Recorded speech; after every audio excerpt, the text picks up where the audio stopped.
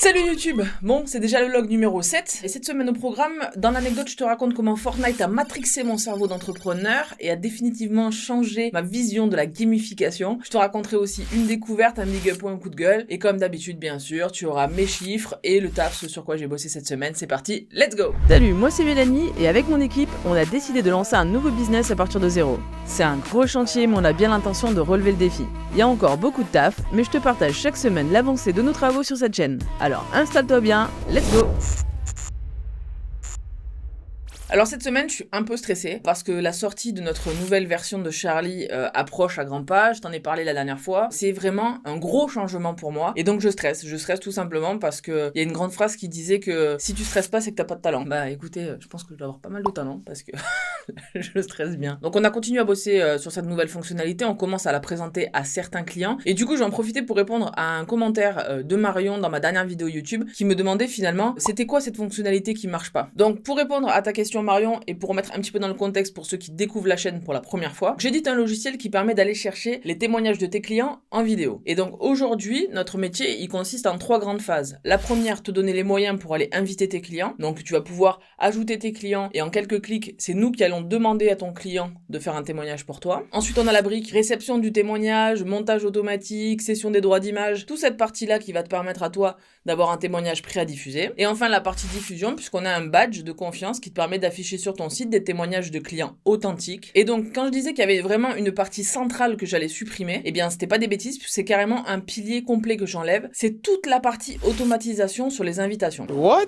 En gros, je t'explique. Aujourd'hui, quand tu utilises Charlie, tu importes tes clients et tu vas pouvoir déclencher des missions. Une mission, c'est-à-dire que c'est nous qui allons nous occuper de contacter ton client à ta place. Mais le truc, c'est que ça fait des mois qu'on a testé plein de solutions différentes. On s'est rendu compte que la personne la mieux placée pour demander un témoignage client à son client, eh ben c'est toi. Même si j'ai le bon scénario, le bon copywriting, que j'arrive à envoyer des mails en me faisant passer pour toi, c'est pas comme si c'est toi qui le demande véritablement. Alors du coup, j'ai décidé d'abandonner toute la partie mail. C'est-à-dire que maintenant, dans Charlie, tu vas importer ton carnet d'adresses et tu vas avoir un outil pour toi-même demander le témoignage à ton client. Ça va être connecté automatiquement à ton Gmail, à ton WhatsApp, à ta boîte mail, mais c'est toi qui vas faire l'action finale d'appuyer sur le bouton envoyer. Du coup, moi, je vais te suggérer des manières de demander, donc tu auras plusieurs modèles pour demander à ton client, plusieurs modèles pour le relancer, plusieurs modèles pour le remercier, mais c'est toi qui vas pouvoir modifier ces modèles et les envoyer. Je pense que cette modification va permettre d'améliorer notre capacité à aller chercher des témoignages clients sur 2 gros points. Le premier, on va améliorer la délivrabilité. Quand moi j'écris à ta place et quand j'envoie à ta place, je fais pas toujours une inbox, c'est-à-dire que j'arrive pas forcément à mettre le mail directement dans la boîte de ton client. Je vais parfois atterrir dans certains onglets ou parfois dans les spams et les indésirables et du coup forcément mon taux de réussite est moins bon que si c'est toi qui l'envoies avec ta propre boîte mail parce qu'en général ton client, il t'a pas mis en spam lui. Et deuxième point majeur, la super personnalisation, c'est-à-dire que même si moi je te donne un modèle, tu vas pouvoir le modifier et ajouter peut-être quelques anecdotes, quelques éléments de personnalisation qui vont rendre ta demande unique et qui va faire que ton client va se reconnaître dans ta manière à toi d'écrire. Et ça, on sait que l'ultra personnalisation, ça aide vraiment à avoir un bon résultat parce qu'en fait, ton client se sent unique et il a vraiment l'impression que tu as écrit un mail pour lui et maintenant, c'est plus une impression puisque c'est vraiment toi qui vas envoyer ce mail.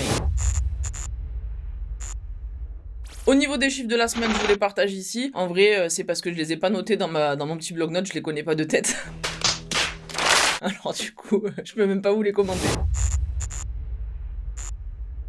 Alors, l'anecdote de la semaine, c'est que j'ai joué pour la première fois à Fortnite. Bon, et s'il y a des gens comme moi ici qui ne connaissent pas Fortnite, Fortnite, en fait, c'est un jeu de shoot to kill. C'est-à-dire que tu joues à la première personne et tu dois abattre des ennemis. Et en fait, la particularité, c'est qu'on est 100 au début d'une partie et à la fin, il n'en restera qu'un. Ça fait un peu le slogan de Koh-Lanta, tu sais. À la fin, il n'en restera qu'un. Et donc, voilà, tu vas devoir faire des quêtes et éliminer tes adversaires pour être le dernier et faire une victoire, un top 1. Alors, ça fait un peu boomer parce que Fortnite, ça existe déjà depuis longtemps. Ok, Boomer. Mais j'ai 2 garçons à la maison, je les voyais vachement jouer à ce jeu et je me suis dit j'ai quand même envie de comprendre un petit peu qu'est-ce qui se passe derrière. Je suis pas forcément une grosse joueuse, c'est pas mon tempérament de base. Moi à part quelques jeux de voiture ou Mario Kart, ceux qui ont la ref et qui ont vu mon clip ils savent que j'aime bien Mario Kart. Ça va le faire. C'est pas un gamin de 10 ans qui va me la mettre. Et donc je me suis pris au jeu et franchement c'est une belle leçon de business. Je comprends maintenant beaucoup mieux pourquoi ces jeux cartonnent. Parce qu'en fait ces gens-là qui sont derrière la création de ces jeux vidéo, c'est des cracos, ils ont tout compris en fait. Ils ont poussé le niveau de gamification au plus haut level et en fait tous les mécanismes qui sont mis dans ces jeux sont faits pour rendre accro. Ça rend accro alors celui qui veut absolument tout posséder,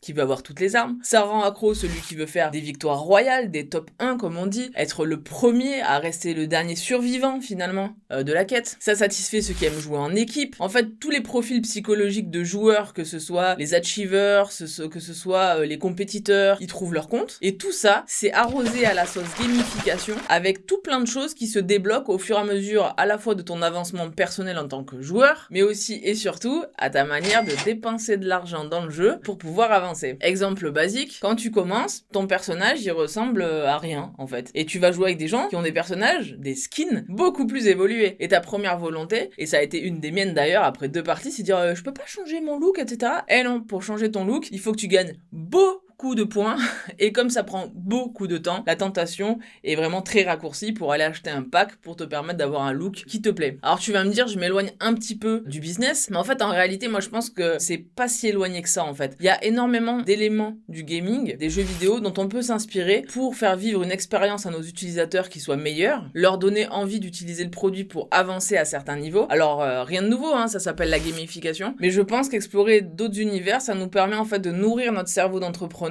et de transposer certaines bonnes pratiques dans notre domaine à nous. Moi d'ailleurs, ça me donne quelques idées pour stimuler les utilisateurs de Charlie à aller chercher encore plus de témoignages de leurs clients. En plus, c'est du win-win parce que si moi je les aide à aller en chercher plus, d'un côté eux, ça leur permet d'augmenter leur réputation et moi mécaniquement, ça me permet d'augmenter aussi les revenus de Charlie, donc c'est plus intéressant. Petite coupure dans cette vidéo, si tu peux prendre juste 2 petites secondes pour t'abonner et liker cette vidéo, ça prend pas beaucoup de temps pour toi mais moi ça m'aide beaucoup. Allez, merci.